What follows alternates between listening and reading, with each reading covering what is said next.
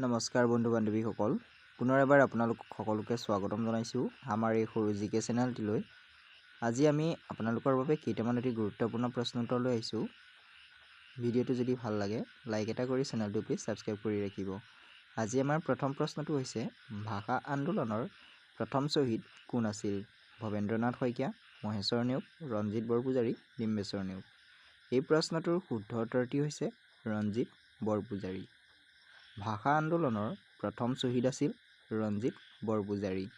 পিছৰ প্ৰশ্ন, অসমীয়া ভাষা সাহিত্যৰ জনক কোন আছিল? মাধৱদেৱ, ৰুক্মিণী কামেং, শংকৰদেৱ, শ্ৰীধৰ কন্দলী। এই প্ৰশ্নটোৰ শুদ্ধ উত্তৰটি হৈছে শ্ৰীমন্ত শংকৰদেৱ। অসমীয়া ভাষা সাহিত্যৰ জনক হৈছে শ্ৰীমন্ত শংকৰদেৱ। পিছৰ প্ৰশ্ন, কাক অসমীয়া ব্যাস বুলি কোৱা হয়? ৰজনীকান্ত বৰদলৈ, ৰাম সৰস্বতী, বীৰেন্দ্ৰ কুমাৰ ভট্টাচাৰ্য, নৱকান্ত বৰুৱা। এই প্ৰশ্নটোৰ শুদ্ধ উত্তৰটি হৈছে ৰাম সৰস্বতী। ৰাম সৰস্বতীক অসমীয়া ব্যাস বুলি কোৱা হয়। পিছৰ প্ৰশ্ন, আৱাহনৰ প্ৰথম সম্পাদক কোন আছিল? হেমচন্দ্ৰ বৰুৱা, গুণাভিৰাম বৰুৱা, দীননাথ শৰ্মা, ৰঘুনাথ চৌধাৰী। এই প্ৰশ্নটোৰ শুদ্ধ উত্তৰটি হৈছে দীননাথ শৰ্মা। আৱাহনৰ প্ৰথম সম্পাদক আছিল দীননাথ শৰ্মা। পিছৰ প্ৰশ্ন, ছৈয়দ আব্দুল মালিকে শ্ৰীমন্ত শংকৰদেৱৰ বিষয়ে লিখা পুথিখনৰ নাম কি? প্ৰেম অমৃতৰ নদী, ধন্য নৰতনু ভাল, গুৰু চৰণহি লাগু, মন ভক্তি বল। এই প্ৰশ্নটোৰ শুদ্ধ উত্তৰটি হৈছে ধন্য নৰতনু ভাল। আমাৰ পিছৰ প্ৰশ্নটি হৈছে অসমীয়া ভাষাত প্ৰকাশিত প্ৰথম সাপ্তাহিক আলোচনীখনৰ নাম কি? নৱযুগ, জোনাকী, আৱাহন, মৃত্যুঞ্জয়। এই প্ৰশ্নটোৰ শুদ্ধ উত্তৰটি হৈছে নৱযুগ। অসমীয়া ভাষাত প্ৰকাশিত প্ৰথম সাপ্তাহিক আলোচনীখনৰ নাম হৈছে নৱযুগ। পিছৰ প্ৰশ্ন, জোনাকীৰ প্ৰথম সম্পাদক কোন আছিল?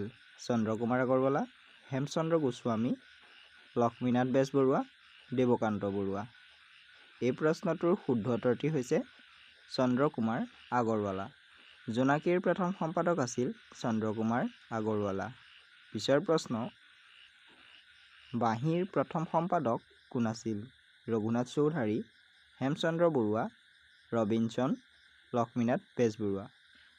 এই প্ৰশ্নটোৰ শুদ্ধ উত্তৰটি হৈছে লক্ষ্মীনাথ বেজবৰুৱা। বাঁহীৰ প্ৰথম সম্পাদক আছিল লক্ষ্মীনাথ বেজবৰুৱা। পিছৰ প্ৰশ্ন, মামণি ৰয়ছম গোস্বামীয়ে সাহিত্য অকাডেমি বঁটা লাভ কৰা গ্ৰন্থখনৰ নাম কি? জুই পৰা সোণ, যন্ত্ৰণা, সুৰৰ সপোন, মামৰে ধৰা তৰোৱাল। এই প্ৰশ্নটোৰ শুদ্ধ উত্তৰটি হৈছে মামৰে ধৰা তৰোৱাল। আমাৰ পিছৰ প্ৰশ্নটি হৈছে ছৈয়দ আব্দুল মালিকে মাধৱদেৱৰ বিষয়ে লিখা পুথিখনৰ নাম কি? প্ৰেম অমৃতৰ নদী, ধন্য নৰতনু ভাল, দেৱদাৰু, সোণৰ মহিমা। এই প্ৰশ্নটোৰ শুদ্ধ উত্তৰটি হৈছে প্ৰেম অমৃতৰ নদী। ছৈয়দ আব্দুল মালিকে মাধৱদেৱৰ বিষয়ে লিখা পুথিখনৰ নাম হৈছে প্ৰেম অমৃতৰ নদী। অসম সাহিত্য সভাৰ প্ৰথমগৰাকী সম্পাদক কোন আছিল? লক্ষ্মীনাথ বেজবৰুৱা, যতীন্দ্ৰনাথ দুৱৰা, শৰৎচন্দ্ৰ গোস্বামী, মনালিছা বৰুৱা মেহতা। এই প্ৰশ্নটোৰ শুদ্ধ উত্তৰটি হৈছে শৰৎচন্দ্ৰ গোস্বামী। অসম সাহিত্য সভাৰ প্ৰথমগৰাকী সম্পাদক আছিল শৰৎচন্দ্ৰ গোস্বামী। সাহিত্য অকাডেমি পুৰস্কাৰ লাভ কৰা ৰংবিলিৰ হাঁহি উপন্যাসখনৰ ৰচকৰ নাম কি? মিত্ৰদেৱ মহন্ত, মহেশ্বৰ নেওগ, ৰংবং তেৰাং, বীৰেন্দ্ৰ কুমাৰ গোস্বামী। এই প্ৰশ্নটোৰ শুদ্ধ উত্তৰটি হৈছে ৰংবং তেৰাং। ৰংবিলিৰ হাঁহি উপন্যাসখনৰ ৰচকজনৰ নাম হৈছে ৰংবং তেৰাং। যদি ভিডিঅ'টো চাই ভাল লাগিল তেনেহ'লে লাইক এটা কৰি চেনেলটো প্লিজ ছাবস্ক্ৰাইব কৰি ৰাখিব। ধন্যবাদ।